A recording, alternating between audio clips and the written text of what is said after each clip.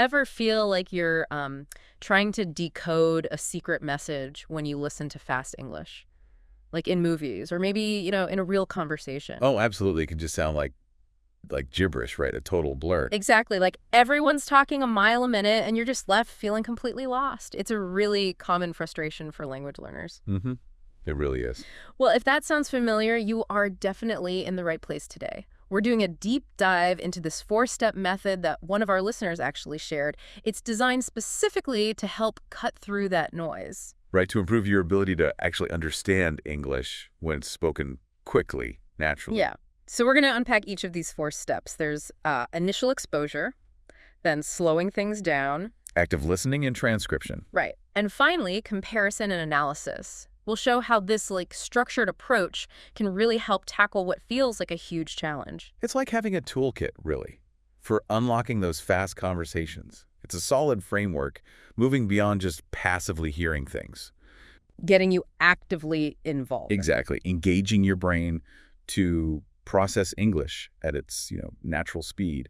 Building a real skill set, step by step. Okay, so let's get right into it then. Step 1 in this method is what they call initial exposure. Right.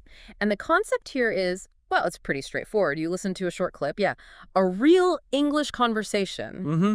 Authentic material. And it's spoken at its normal, full speed, no messing about. No slowing it down, no subtitles, none of that. Nope, no training wheels, as you said. Just pure, natural speed English. And the example conversation they used involved this guy, David, talking about meeting someone named Chantel. She was from Montreal. Oh, okay. So a bit of a cultural mix there. Yeah, exactly.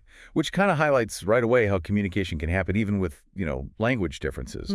He spoke English, she spoke French. Interesting. Okay, so you listen to this clip at full speed. Now, the goal here is not to understand every single word, right? Not at all. Let's be really clear on that. It's more about getting a feel for it. Like the rhythm, the pace. Yeah, the intonation, that kind of musicality of spoken English, how it ebbs and flows naturally. So it's like taking your auditory temperature, seeing where you're starting from. That's a great way to put it. Assessing the starting point before you start applying the strategies. This initial immersion, even if you don't understand everything, it starts getting your ears used to the soundscape. Recognizing the overall melody before you zoom in on the words. Exactly. And it's really crucial not to get discouraged at this point if it feels like everyone's just mumbling super fast. Which it probably will at first. Right. That feeling of being overwhelmed. Yeah. Totally normal. The understanding builds up later in the other steps. Okay, good to know. So you've taken that first step, experienced the full speed. Step 2 then is where you deliberately change pace. You slow down. Okay, yeah. Now we're moving towards actually understanding the content better. So in this phase, you listen to that exact same conversation again. The same clip. The very same one. And this is a really key difference. It's not just the original audio played slower. Okay. So you're not just hitting the 0.75x button. No. It's actually a re-recorded version. The speakers have consciously spoken more slowly, more clearly, articulating things better. That's a really important distinction. So your brain gets more processing time, but without that, weird distortion you sometimes get when you just slow down playback. Exactly. That extra time helps you pick out the individual sounds and words that might have just blurred together at full speed. Right. Gives your brain that extra fraction of a second to decode things. It's kind of like when you finally figure out the lyrics to a song you've loved for years but always misheard. Oh, yeah. That aha moment. Exactly. Suddenly just clicks into place. And I bet there's a real confidence boost here, too. Oh, definitely. Listeners often find they actually understood way more at this slower speed than they thought they would after that first listen. Yeah, it shows you what you can do. Builds confidence for the next steps. Absolutely. It lays that solid auditory foundation. So, okay, we've had the initial blast of natural speed, then the slower, clearer version. What's next? All right, now we get to step 3. This is where we really get our hands dirty, so to speak. Active listening and transcription. The pens and paper stage. Yeah. Or, keyboards. That's the one. So for this step, you go back to the original clip, the fast one. Okay. But this time, your job is to try and write down every single word you hear. Or, as many as you can catch. Now, we should probably acknowledge up front, this can feel pretty tough. Oh, for sure. It demands serious focus, a really sharp ear. But that challenge, that difficulty, is actually what makes it so effective. Totally. Trying to transcribe forces you to pay super close attention to every little sound, every nuance. It's a really active way to listen, hones those auditory skills. Yeah, to train your ear to pick up on those subtle sound differences you might otherwise miss. And interestingly, doing this, it actually helps your speaking too. How? Well, as you're trying to capture each word, you're automatically thinking about how it's pronounced, the rhythm, the word order. Ah, I see. So it's like active practice, even though you're not actually saying the words yourself. Exactly.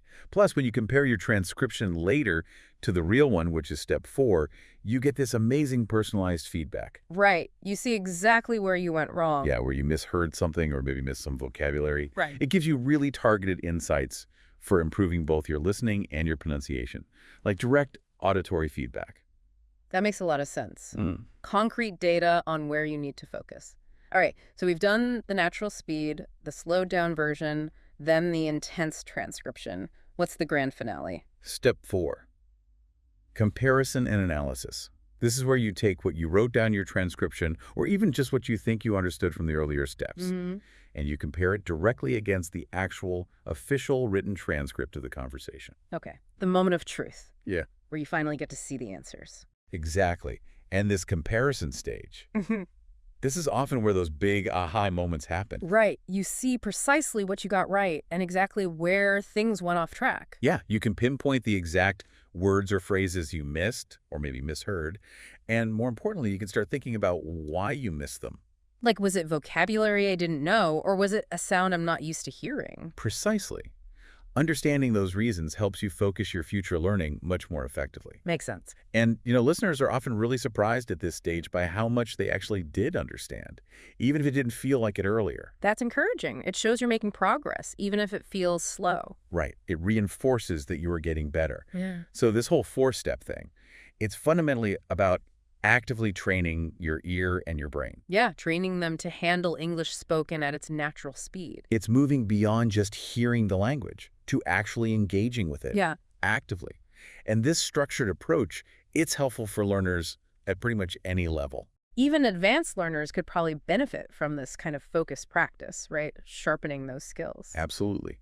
Now, something else the material we looked at really emphasizes is the role of vocabulary. Ah, yeah. Crucial point. You can have great listening skills, but if you don't know the words. Exactly. Comprehension hits a wall. So to kind of illustrate this, the source material picks out 3 specific phrases from that David and Chantel conversation. Right. The first one is to not matter. It's pretty common, but in fast speech, it can get sort of squished together phonetically. Yeah, you might hear it almost like one word, like to not matter. The T in not kind of blends into the M. And in that conversation, David said it didn't matter that he didn't speak French and she didn't speak English.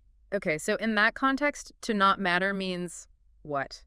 It wasn't important, didn't stop them. Exactly. It wasn't important. It wasn't an obstacle to them communicating. Got it. The material also gave another example, right? Like, it doesn't matter if you make mistakes, just keep practicing. Yeah, same idea.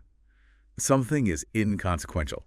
Okay, what was the next phase? The second one was a phrasal verb, to come down. Ah, phrasal verbs. Always good to focus on those. Yeah. So in the chat, it mentioned Chantel and her friend had come down from Montreal to Florida. Right, so come down here. Come and down together create a specific meaning. And in this geographical sense, to come down means traveling south, right? Spot on, Hey. because Montreal is way up north compared to Florida. Makes sense. And the other example they gave was, my cousins are coming down from New York for the holidays, implying the speaker is south of New York. Exactly. It emphasizes that direction. Okay. And the final vocabulary highlight. That was another phrasal verb, to end up. Ah, yes. Very useful one. And to end up generally means you arrive at some situation or result, often one you didn't really plan for, maybe unexpected. Yeah, there's often a sense of surprise or lack of planning involved. Like in the conversation, David said Chantel ended up living with him for 7 months. Which probably wasn't the plan when they first met on the beach. Unlikely. And the other example they used was, we got lost, but we ended up finding a cute little cafe. Again, that unexpected twist. Right, so these vocabulary examples really show that understanding spoken English isn't just about single words. It's about grasping these common phrases, these phrasal verbs, and how they work in context. Absolutely crucial. So, just to quickly recap the main points here. Yeah. We've got this four-step method for understanding fast English. Initial exposure, slowing down, active listening and transcription, and comparison analysis. Right. And we've also stressed how vital vocabulary is. You can't listen effectively if you don't know the words. Makes sense. Now, the source material also mentions something called the 150-day listening challenge. Sounds intense. It does, yeah. Yeah. Basically, it's a structured program. The idea is you commit 15 minutes every single day for 150 days straight. Wow. Just listening to short, real English conversations, like a daily dose of practice. 15 minutes isn't too bad, but 150 days, that's commitment. It is. And the material pointed out that it features over 50 different native speakers. So you get exposed to loads of different accents, different ways of talking. Which is super important for understanding people in the real world, right?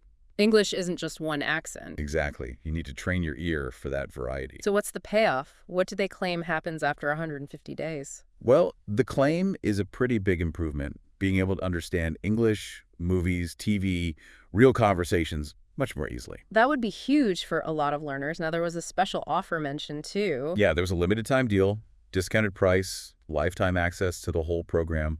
But it had an end date Friday, March 21st. Ah, okay, so that specific offer might be gone by the time people hear this. But hopefully, if it sounded good, some listeners caught it. Hopefully. But even if you missed that specific deal, the core idea, that consistent daily listening practice, that's still incredibly valuable advice for anyone. Oh, absolutely. Consistency is everything in language learning. Totally. Now, speaking of valuable things, we also put together a free resource to help people get started with that four-step method we talked about. Oh, right. The PDF worksheet. Tell us about that. Yeah, it's totally free to download, and it's packed with useful stuff. It's got, like, detailed tips on how to do each of the four steps. Okay. A practice worksheet you can actually use, and the full transcript of that David and Chantel conversation we keep mentioning. Basically, everything you need to start trying this method out. Nice. That sounds really helpful. How do people get it? Super simple. Just click the link. It'll be in the show notes for this deep dive. You pop in your name and email. Easy peasy. Exactly. We send the worksheet right over. Great. And there's a bonus, too. If you sign up for the worksheet, you also get weekly free PDF worksheets with more tips, more exercises, just ongoing support. Oh, fantastic. So it's like a continuous resource. Definitely worth checking out then. We think so. Okay, so as we kind of start to wrap up this section, let's circle back to the main theme. Understanding fast English. It's tough, yeah, but it's doable. Absolutely. It's achievable. With the right methods, like the one we discussed, and consistent effort. That four-step approach is a really great starting point. So here's a thought for you, our listener. Think back. Try to pinpoint a time when you really struggled with fast English. Maybe it was a movie scene, a podcast, or just chatting with a native speaker. We've all been there, feeling left behind. Now imagine applying the techniques we talked about today. That initial exposure, the slowing down for clarity, the intense focus of transcription, the analysis. How might that have changed things? Would you have understood more, felt a bit more confident maybe, less loss? And maybe think broader, too. This step-by-step analytical way of tackling a challenge. Could it apply to other things? Other communication hurdles? Or even different areas of life entirely? Because that's really what we try to do here on the Deep Dive, isn't it? Yeah. Taking these deep dives, breaking things down, helping people make sense of it all, providing strategies you can actually use. Exactly. Strategies to help navigate those fast English conversations. And the source material we've been digging into today, it comes from a resource that's, totally focused on this exact topic. Mastering Fast English, it's their whole thing. Really good stuff. Yeah, very focused. So that first step we mentioned earlier, initial exposure. The key idea, again, is listening to a real conversation clip at natural speed. But, and this is important, with no visual help at all. Right. No subtitles, no transcript scrolling by, just your ears and the sound. And the big goal isn't decoding every word, right? It's tuning in. Tuning into the rhythm, the speed, the intonation, that musical quality we talked about, how native speakers actually sound in real time. Yeah, that rise and fall of the voice, the intonation, it carries so much meaning beyond just the words themselves. Emotion, questions, emphasis. Definitely.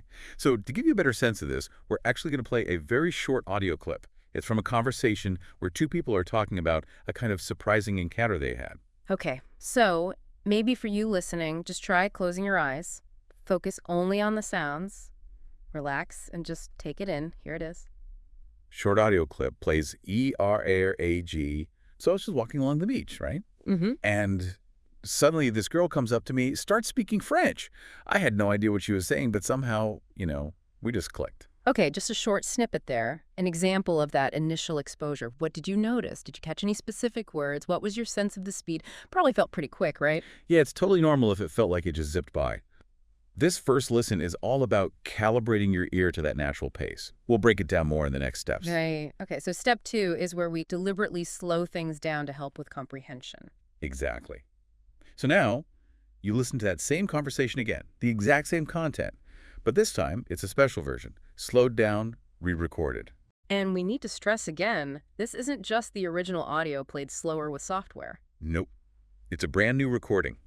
The speakers intentionally spoke slower, much more clearly, really enunciating. So you can actually pick out the words more easily? Precisely. It's the same information, just delivered at a pace that's easier for your brain to process, especially if you're still learning.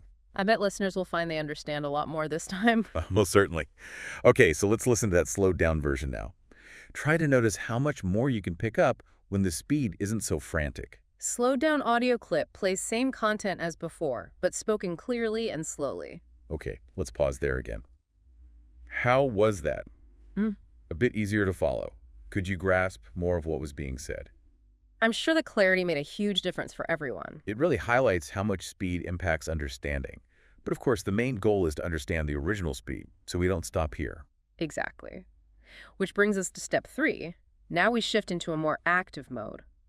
Active listening. Engaging your brain fully. That's it. So you listen to the original fast clip one more time, but this time you try to write down as much as you possibly can. Transcribe it. This is such a great exercise. It forces you to concentrate intensely, and it helps you see what words you do know, while also showing you exactly where the tricky spots are. Totally. Okay, so grab a pen, open a notes app. We'll play that fast clip again. Don't worry about getting every single word. Just do your best. Normally you could pause and rewind, but for now, let's try to keep up. Here it is again. Fast audio clip plays again, same as the first time. Okay, wow, still fast. How did you do that time? Did you manage to write down more than the first time you heard it? Hopefully. But look, even if you didn't catch everything, that's totally okay. Because now we move to the final step where it all comes together. Right. Step 4, verification and analysis. So now we're going to show you the actual transcript of that little conversation. And while you read it, we'll play the fast audio clip one last time. You can follow along, check your own transcription, see all the words. This is where you really pinpoint what you got right, what you might have misheard, and maybe spot some new vocabulary or phrases you didn't recognize before. Okay, so here's the transcript on screen for those watching, or just listen closely. We'll play the audio again. Compare what you thought you heard with the actual words. This is where the real learning happens. Fast audio clip plays again, perhaps with transcript visible if applicable to the format. Okay, and that wraps up the 4 steps for this specific clip.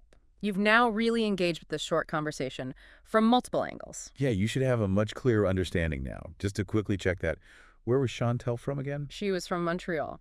Okay, question 2. Where did David and Chantel first meet? They met on the beach. All right, question 3. Did they speak the same language? No, they didn't. He spoke English, she spoke French. Which is pretty amazing. They still connected, really. It really is. Shows communication is more than just words.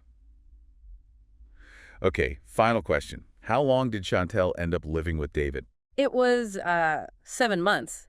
Quite the unexpected outcome from a chance meeting on the beach with a language barrier. Life's funny. It certainly is. Okay, so now that we've got the story, let's quickly revisit those specific phrases from their chat that are good for learners. Good idea. First one was to not matter. In the clip, we heard didn't matter. What's the basic meaning again? It just means something wasn't important or it was inconsequential. Like, it doesn't matter if you're late, we haven't started yet. No significance. Got it. Okay, next phrase. The phrasal verb to come down. Chantel had come down from Montreal. What does that tell us? In that geographical context, it means traveling from north to south. So you'd say they came down from Canada to Mexico, for example. Direction of travel. Understood. Southward travel. And the last phrase. The other phrasal verb, to end up. David said Chantel ended up living with him. What does that suggest? It suggests arriving at a situation or result that wasn't really planned or expected. Like there's an element of surprise. Living together for 7 months wasn't the obvious outcome of that first meeting. Exactly. Often implies an unplanned conclusion. So by going through these 4 steps, you've not only practiced listening actively, but also picked up some useful vocabulary and common phrases.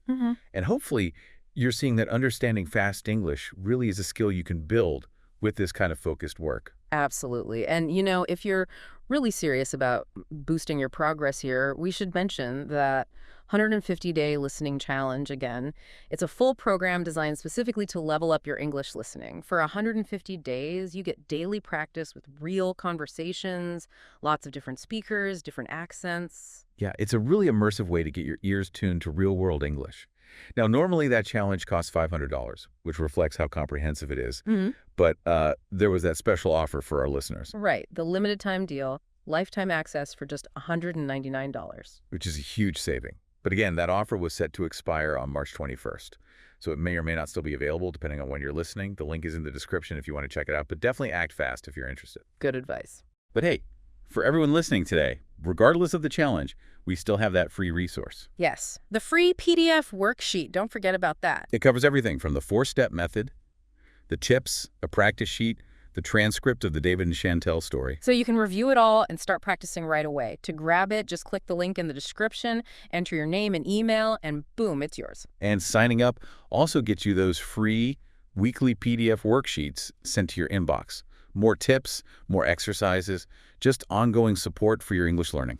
Fantastic. So whether you jump into the big challenge or just start applying the 4 steps using the free worksheet, the most important thing is consistency. Just keep practicing. Every time you listen, every time you actively try to understand, you're making progress. And think about it. Yeah. How often does miscommunication happen just because someone's speaking quickly or you're not used to their way of talking? Treating your ears for fast English is a massive communication skill. Absolutely. Keep at it, keep exploring English content, and you'll definitely surprise yourself with how much you improve. Okay, let's shift gears a bit. Have you ever had this happen? You're listening, right? Following along okay with someone speaking English. Maybe it's not even super fast. But then the second you need to actually say something back, respond quickly, your brain just freezes. Oh, totally. All the time. It's like you're still busy processing what they just said, trying to figure out your reply, and boom, the conversation's already moved 3 steps ahead. Exactly. That little delay feels like forever. You feel left behind. Yeah, it's frustrating.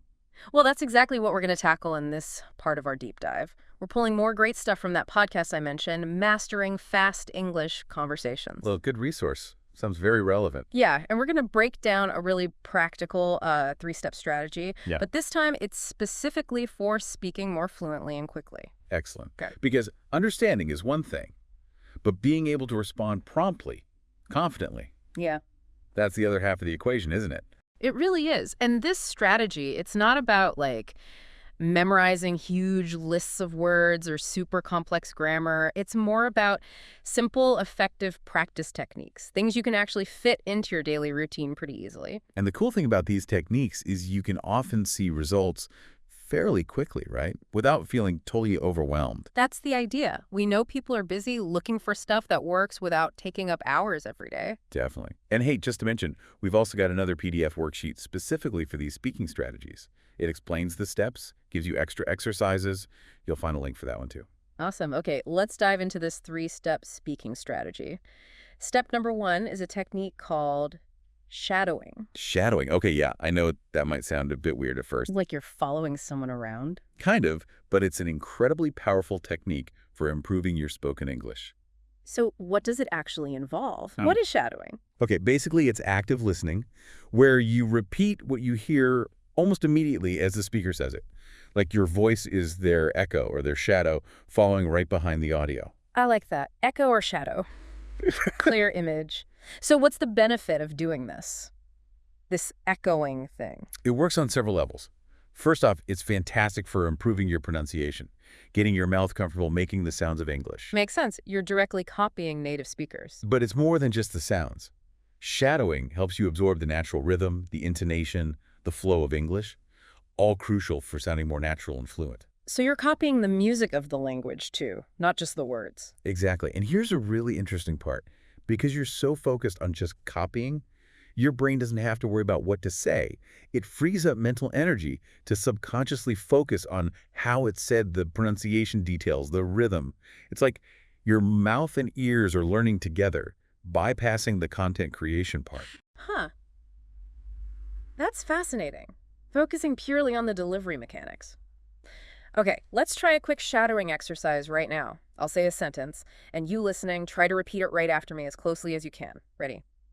The quick brown fox jumps over the lazy dog. Okay, now after hearing that, say it out loud yourself. Try to match my pronunciation and rhythm. Go ahead. Pause for listener response.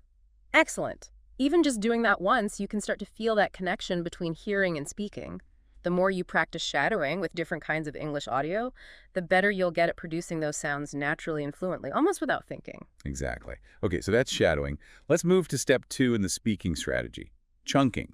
Chunking. Okay, what's the main idea behind this one?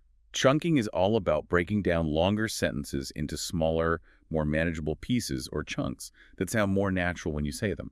So instead of feeling stressed by a really long sentence, you learn to identify and practice these smaller groups of words. Taking it in bite-sized pieces? Pretty much. The idea is that native speakers don't usually think or speak word by single word. We tend to think and talk in these natural groups of words that often go together. Like little pre-made language blocks. That's a great analogy. Like Lego blocks. These chunks, sometimes called lexical chunks or collocations, are just words that frequently hang out together. Learning to spot them and use them is key to sounding more fluent and natural. You start speaking more like a native speaker, less like you're translating word for word in your head. That makes total sense. Learning the common patterns. Okay, let's try a chunking exercise. Here's a sentence. Even though the weather was terrible yesterday, we still decided to go for a picnic. Right. Bit of a longer one. Let's break it down. First chunk, repeat after me. Even though the weather was terrible yesterday. Pause for listener response. Ugh. Now the second chunk. We still decided to go for a picnic. Pause for listener response. Perfect. See how breaking it into 2 feels less intimidating. Definitely more manageable. Let's do one more. How about, if you have any questions, please don't hesitate to ask me at the end. Okay, chunking that. First part.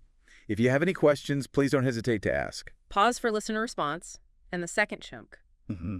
Me at the end. Pause for listener response. Excellent. I can really see how practicing these smaller, natural groups would make your speaking feel much smoother over time. Absolutely. Yeah. And when you consistently practice speaking in these natural chunks, your overall speech just becomes more fluent. It gets a better rhythm. You're training your mouth and brain to work together using these familiar patterns. Okay, makes sense.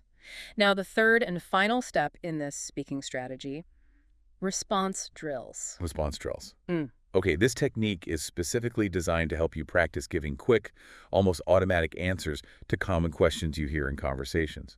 The goal is to cut down on those hesitations, those awkward pauses. So it's about building speed and automaticity in your replies. Exactly. Like a musician practicing scales over and over until they don't even have to think about it. You're building that same kind of automatic muscle memory for speaking. And it's important to remember, the goal here isn't perfect grammar every single time, is it? It's more about the fluency, the natural flow. Absolutely. Making small mistakes is okay in these drills. The main thing is getting the response out quickly and naturally. Fluency first, perfect grammar maybe second, especially in these practice drills. Good reminder. Okay, let's try a couple of response drills with common questions. First one, imagine someone asks you, what's your favorite kind of food? Just think of your answer quickly and say it out loud. Aim for speed and naturalness. Pause for listener response. Good. Okay, here's another one. What did you do this past weekend? Again, quick, natural answer out loud. Pause for listener response. Excellent. And the idea is, as you practice answering these kinds of everyday questions quickly, you'll start to hesitate less in real conversations. Speaking will feel smoother, more comfortable, because your brain is getting trained to respond more automatically. Precisely. Okay, quick recap then of the 3 speaking steps. First, shadowing, echoing the speaker to improve pronunciation and fluency. Second, chunking, breaking sentences into natural phrases for smoother, more native-like sound. And third, response drills, practicing quick answers to common questions to reduce hesitation and build confidence. Exactly. And like we keep saying, consistent practice is the key. Even just a few minutes each day on these exercises can really add up and make a noticeable difference in your spoken English. And don't forget that free PDF worksheet for extra practice on all 3 steps. Indeed. Now, for people who are really serious about taking their speaking skills to the next level, the material also mentioned another program, the 150-Day Speaking Challenge. Ah, I saw that. Sounded pretty intensive. It was Yeah. really comprehensive. Daily training, real conversation practice, specific activities, and even personalized feedback from experienced native English teachers. Wow, that feedback part sounds incredibly useful. What was the cost on that one? Well, the usual price was $500, but again, there was that limited time offer, $199 for lifetime access. Another great deal. But again, that specific offer probably ended back on March 21st. Most likely, yes, Mm-hmm. unfortunately. But the main techniques we've just talked about, shadowing, chunking, response drills, those are things anyone can start doing right now, today, for free, regardless of that specific challenge program. And the free worksheet we mentioned gives you plenty to get started with. Absolutely. Well, thanks everyone for joining us for this part of the deep dive, focusing on speaking faster and more confidently. We really hope you'll give these 3 steps a try. Even just a few minutes a day consistently can make a huge difference to your fluency and how comfortable you feel speaking English. Remember, learning a language is a journey. Keep practicing, keep experimenting, and you will see amazing results. Absolutely. And, there's so much great advice out there on this. We've looked at a ton of material. We really have. So what we want to do now is kind of synthesize all that, boil it down. What are the absolute keys to unlocking that natural, native-like sound when you speak English? And based on everything we've reviewed, it really seems to come down to 3 main areas to focus on. Okay, 3 key areas. I'm ready. What are they? All right, number 1, and this is huge. Intonation. You really have to pay attention to the music, the melody of your speech. Intonation. Okay. I think most learners know they shouldn't sound like a robot, right? Not monotone. But maybe we can dig a bit deeper into what that really means. Definitely. Intonation is all about the rise and fall of your voice as you speak. The pitch changes within a sentence. And in English, this is incredibly important. It's way more than just pronouncing the words right. Yeah, how you say something in English can totally change the meaning. Take a simple sentence like, I didn't know you were coming, if you say it totally flat. I didn't know you were coming. Yeah, it sounds a bit robotic. Or maybe uninterested. Exactly. Yeah. But now, try it with a little lift, a little emphasis on no and coming. Like, I didn't know you were coming. Suddenly, it sounds surprised, like, oh, wow, this is unexpected. Much more natural, much more expressive. I can totally hear that difference. It adds the emotion, the context, and it's not just statements, right? Questions, too. Like, are you serious? Spot on. If you say, are you serious? Flat. It barely sounds like a question. But add that little upward flick at the end, are you serious? And it's clearly a question you're genuinely asking. Got it. So these little ups and downs in pitch carry a lot of meaning. A huge amount. Paying attention to them makes a massive difference. And the first step is just awareness. Really listen to how native speakers talk. Notice how their voices move. Then start consciously trying to copy that in your own speech. Okay, intonation is key number 1. What's the second crucial element for sounding more natural? The second key is linking. How we connect sounds together when we speak. Linking, right. This is often what makes fast speech sound so smooth, like the words just flow into each other. That's exactly it. In natural spoken English, we rarely say each word perfectly separately. The sounds tend to blend together. Ah, so that's a big reason why native speakers can sound so fast sometimes. It's not just the speed of the words, but how they connect. Precisely. It's about creating that smooth, connected stream of sound. Take a common question like, what are you doing? If you said each word clearly, what are you doing? It would sound really unnatural in a normal conversation. Yeah, very stiff. Instead, we usually say something more like, what you doing? Yeah. Or what you doing? See how the T, when one blends with the R or you, often becomes ya. It flows together. I can definitely hear that blend, makes it much smoother. Another example is maybe, I don't know, saying each word separately sounds a bit formal. Right. But we often hear it as, I don't know, the don't and no just merge. So becoming aware of this linking is really important for understanding and for sounding more natural yourself. Absolutely. That's- Listen for it and then try doing it. Experiment. It might feel a bit weird at first trying to blend sounds, but practice makes it feel more natural over time. Practice, practice, practice. Okay, ready for key number 3 to sounding more native. Let's hear it. What's the third key? This one is about using natural expressions. Natural expressions. Okay, what exactly do we mean by a natural expression here? Well, it means using the kinds of phrases and idioms that native speakers use all the time in everyday chat. These expressions might not always make literal sense if you just look at the words individually. Ah, like idioms, which you mentioned. Exactly. Idioms are a perfect example. Using them correctly adds a lot of color and authenticity to your English. Makes you sound much more fluent and, well, natural. Can you give us a couple of examples of these common natural expressions? Sure. One that's super common and useful is "it's up to you," which just means you decide. Simple, direct. Another good one is "no worries." You hear this all the time instead of "it's okay" or "don't worry about it." It sounds really casual and friendly. Right. So it's about moving beyond just correct grammar and vocabulary and actually using these real-world phrases. That's the core of it, capturing how English is actually spoken. So how can learners get better at using these? Well, the best way is immersion. Listen as much as you can. Watch movies, TV shows, listen to podcasts, whatever you enjoy. Pay attention to the phrases people use. Definitely. Maybe keep a little notebook or use an app. Jot down phrases that sound interesting or useful. And this is the crucial part. Try using them. Don't be afraid to make mistakes. That's how you learn. So to recap those three keys: intonation, the music; linking, connecting sounds smoothly; and natural expressions, using everyday phrases and idioms. Exactly. And these three things work together to create that natural, native-like flow when you speak. So what's the big takeaway here for listeners? Start paying attention. Notice these things in your own speech. Maybe record yourself. Are you using intonation? Are you linking sounds? Are you trying out natural expressions? And just practice consciously. Couldn't agree more. The more you practice these things, the more automatic they'll become. And you really will start sounding more like a native speaker. And, there's something really satisfying about it. It's not just about sounding good. It's about understanding and connecting with the rhythm and music of the language itself. Absolutely. Connecting on a deeper level. It's like learning to, dance with the language. Exactly. And when you can dance with it, you can express yourself more authentically, more engagingly, and you might even find you enjoy it more than you expected. Now, building on those keys, there are a few more specific things, almost like a cheat sheet you can use to sound even more natural. Ooh, a cheat sheet for sounding native. I like that. What's on it? Yeah, these are 3 more specific techniques that can really polish your spoken English, make it sound more fluid, more confident. They are contractions, stress patterns, and fillers. Contractions, stress patterns, fillers. Okay, these sound like maybe smaller details, but I bet they make a big difference collectively. They really do. And hey, quick reminder, we've got that free PDF worksheet covering these too, with examples and extra practice. Links in the description, just pop in your email. Okay, let's start with contractions. Contractions, right? Most learners know the basics, like don't for do not, isn't for is not. Exactly. But using them consistently and using a wider range of them really helps your fluency. Let's talk about why native speakers use them so much. They're basically shortened forms of words or pairs of words.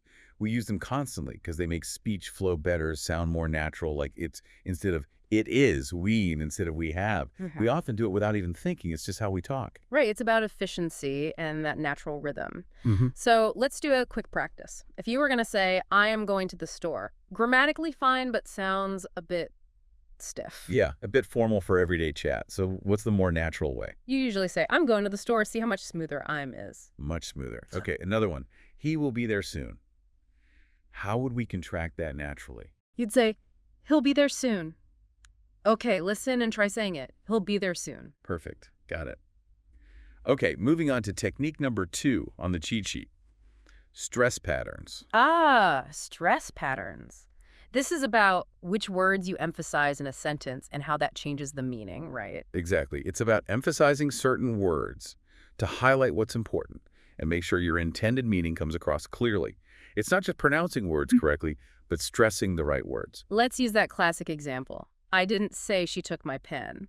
Listen to how the meaning shifts when we stress different words. Okay, first stressed I.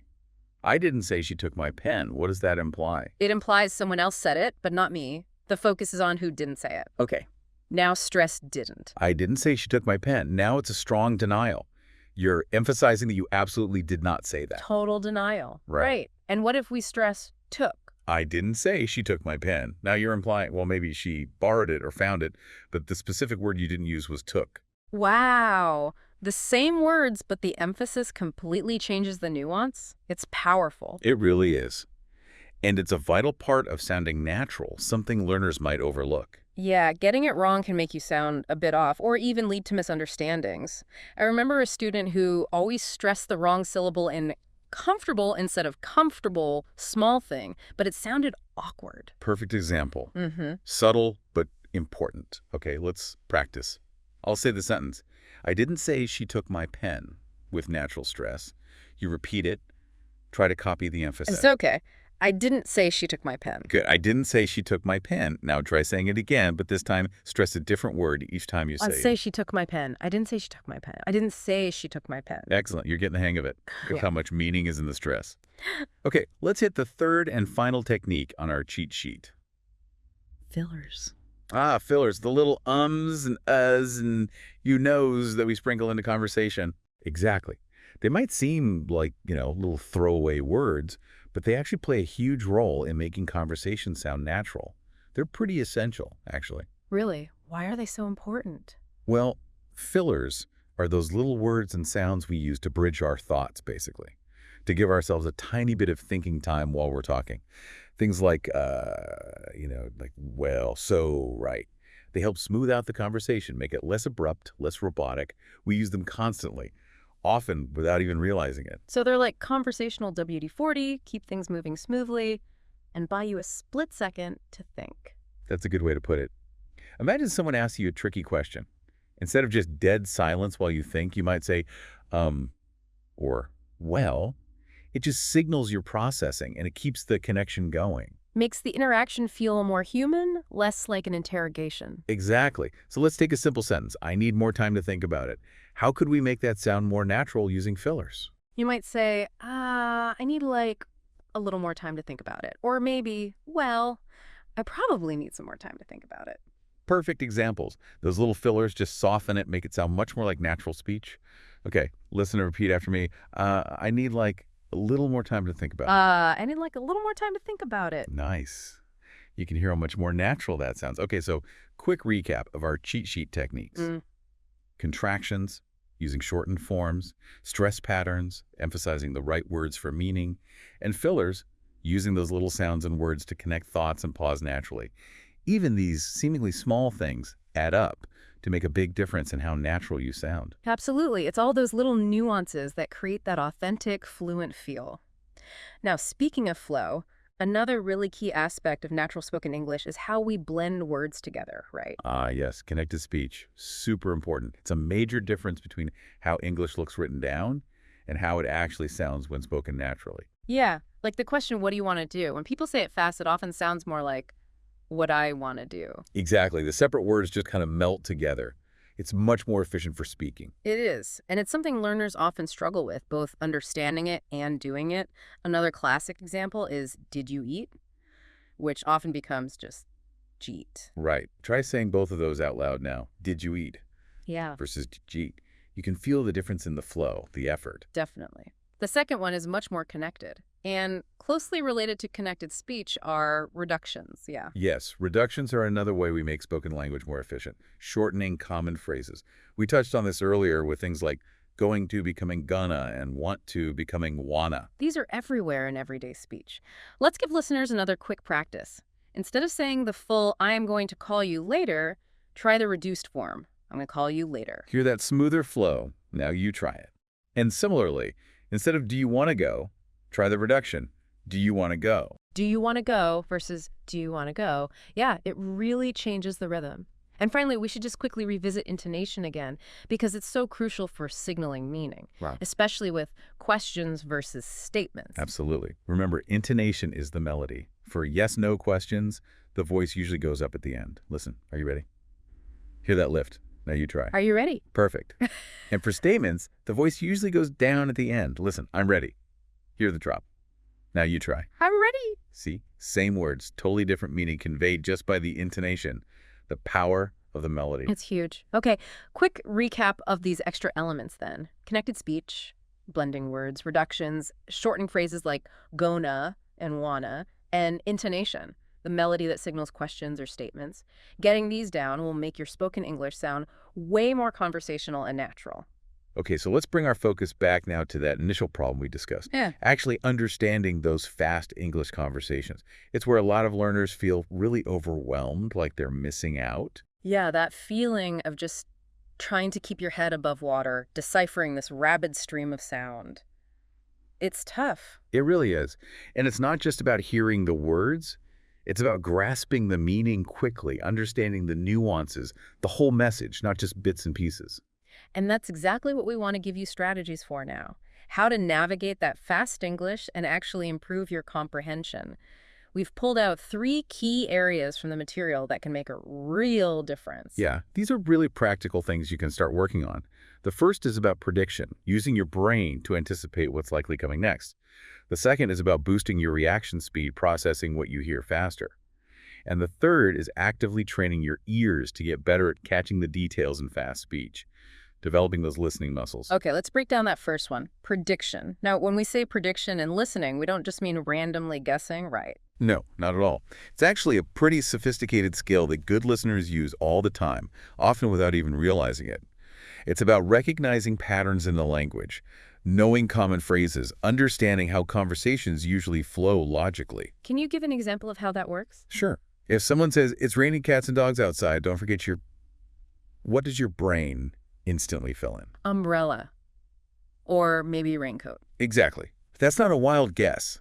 It's based on the context, heavy rain, and your knowledge of the world and common phrases. Right. Using what you already know to anticipate what's next. The source material had another good example. If you're feeling tired, you should probably get some. Most people would immediately think rest or sleep. Again, it's a logical connection based on the context. So how does this predicting help with understanding fast English? Well, instead of just passively waiting for each word to hit you, you're already thinking ahead. You're building a mental framework, anticipating what the speaker might say next. Precisely. Being proactive like that makes it much easier to process the information when it comes quickly. Your brain is kind of primed and ready for certain words or ideas. Makes sense. Okay, let's try a quick prediction exercise for everyone listening. Here's the start of a sentence. I'm running really late for my meeting, so I need to take a pray. What word or phrase likely comes next? You probably thought of taxi or cab or maybe shortcut. Again, the context being late for a meeting guides your prediction. But hang on, isn't there a danger here? What if you predict wrong? Could that mess up your understanding? That's a really important point. You don't want to get so stuck on your prediction that you ignore what the speaker actually says. That would definitely lead to misunderstandings. So it's a balance. You want to be proactive, anticipate, but also stay flexible and listen carefully to confirm or adjust your prediction. It's an ongoing cycle. Anticipate, listen, adapt. So it's not rigid guessing, it's more like flexible anticipation. Exactly. Think of prediction as your first line of defense against getting overwhelmed by fast speech. Okay, let's move to strategy number 2, boosting your reaction speed. And for this, we're actually going to bring back a technique we talked about for speaking. Ah, shadowing again. How does doing a speaking exercise help with listening speed? Well, remember, shadowing is listening and repeating almost simultaneously, trying to match the speaker's speed, pronunciation, intonation. While you're producing speech, you're also forcing your brain to process the incoming speech incredibly quickly to keep up. Ah, okay. So the intensity of trying to speak along forces your listening brain to work faster too. Exactly. It's intense, but that's why it's so effective. It trains your brain and mouth to sync up at a faster pace. You're building that muscle memory for processing English sounds rapidly, closing the gap between hearing and understanding. Shrinking the lag time. Got it. Let's try a couple of quick shadowing sentences, really focusing on keeping up at the speed. First one. Let's meet at the coffee shop around 3:00 p.m. Try to repeat that right after me, matching the pace. Let's read at the coffee shop around 3:00 p.m. Repeat sentence quickly. You can feel how you have to process it fast to say it fast. Exactly. Okay, one more. I'll send you a quick message as soon as I get there. Again, shadow quickly and closely. I'll send you a quick message as soon as I get there. Repeat sentence quickly. It definitely requires focus to keep up when the words flow together like that. And that's the point. By pushing yourself to process and reproduce speech faster, you're training your whole system to handle natural, fast-paced conversations more easily. Okay, third strategy for tackling fast English. Ear training. Ear training. Sounds logical, but what does that specifically mean in this context? Well, often when you listen to fast English, especially accents you're not used to, it can feel like you're just hearing sounds, not distinct words, right? Yeah, definitely. Like the sounds haven't quite resolved into meaning yet. That's often because your ears aren't yet familiar with the specific ways sounds connect, or the rhythm and sounds of different accents. Think about how different maybe Australian English sounds from Scottish English. Very different. Right. So, the solution is targeted exposure. You need to consciously expose yourself to as much variety as possible. Listen to different podcasts, watch movies with actors from different English-speaking regions, find diverse audio sources. So deliberately seeking out different sounds and accents, broadening your auditory experience. Exactly. The more variety you hear, the more attuned your ears become. It's like learning any new skill. You need immersion in the actual sounds. Initially, just aim for the gist, the main idea. Don't stress about catching every word. The details will become clearer over time as your ear adapts. So patience and consistent exposure are key. Absolutely. And the material offered a really practical tip here, especially for beginners. Try slowing down the playback speed slightly when you encounter really fast speech or a difficult accent. Use the controls on your player. Ah, the 0.75x button again. But use strategically this time. Right. It lets you hear the individual words and connections more clearly at first. Then, as you get more comfortable, you gradually increase the speed back to normal. It's like training wheels for your ears. And again, consistency makes all the difference. Even short, regular exposure adds up. Okay, so let's quickly recap these 3 strategies for mastering fast English listening. Prediction, using context to anticipate. Shadowing, mimicking to boost reaction speed. And ear training, exposing yourself to diverse accents and styles. These are all active ways to take control of your listening practice. Exactly. We really encourage you to try consciously using these strategies the next time you're listening to English. Yeah. Notice how they impact your understanding. It might feel challenging at first, but stick with it. Practice will make it easier, and soon you'll find yourself understanding those fast conversations much more comfortably. Feeling present, not lost. Now, that listener material you shared from the Mastering Fast English Conversations podcast, it really drills down into some very specific practical tips. It's obvious you're really focused on improving how you understand fast English, a hurdle so many learners face. So what we want to do now is pull out the absolute most useful, actionable techniques from that resource. Things you can start doing today to feel more confident and less, underwater in those quick chats. Sounds good. Yeah, the podcast laid out 3 main strategies that seem really core to their approach. Right? And these are really fundamental for listening effectively when things get speedy. First, the power of active listening, really engaging, not just hearing. Second, getting good at recognizing speech reductions, those little shortcuts native speakers take. And third, the huge value of practicing consistently with real, authentic English content. They might sound simple on the surface, but when you actually apply them consciously and regularly, they can make a massive difference in cracking fast English. So, let's dig into that first one. Active listening. Now, active listening, as we said, is more than just letting sound waves hit your ears. It means really concentrating, focusing on understanding the main message, the important stuff. Right, like the difference between just skimming an article versus reading it carefully for comprehension. Exactly. Or like hearing music vaguely from another room versus putting on headphones and really focusing on the lyrics. Yeah. And the podcast you shared had a really neat practical tip for shifting into this active listening mode. Yeah, I like this one. They suggested asking yourself a specific question right after you hear someone speak a sentence or two. What is the main idea? Precisely.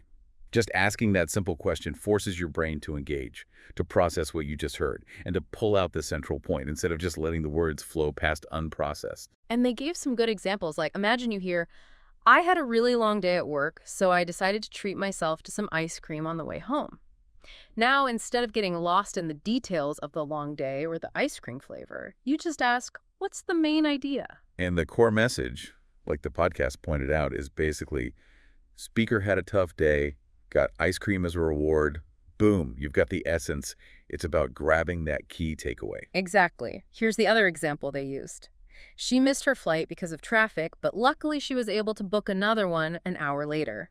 Again, don't worry about the traffic details or the exact flight times. Just ask. Main idea. And the main point is, missed flight, but got a later one. Simple. You understand the situation. So for you listening, this is something you can actively do. When you hear someone speaking English, especially if it's fast, just mentally pause for a second and ask, okay, what was the main point there? And it's a skill, right? It gets easier and more automatic the more you practice it. It helps you cut through the clutter, find the core message, and stops you from feeling overwhelmed because you didn't catch every single word. Absolutely. Which leads perfectly into the second key strategy for the material, recognizing speech reductions. Now, we've touched on this, but native speakers do this constantly shortening words and phrases when speaking quickly. Like little verbal shortcuts for efficiency. Exactly. Often happens totally subconsciously. The podcast Highlighted some super common examples you hear all the time. Yeah, like what do you want? Squishing down to what do you want? Multiple words just blend together, sounds disappear. Or, I'm gonna go, becoming that much quicker, I'm gonna go. These little phonetic changes can make a huge difference to your understanding if you're trying to follow fast speech and you're not expecting them. Because your brain is listening for the full version it learned. Exactly. It hears the reduced form, it gets thrown off.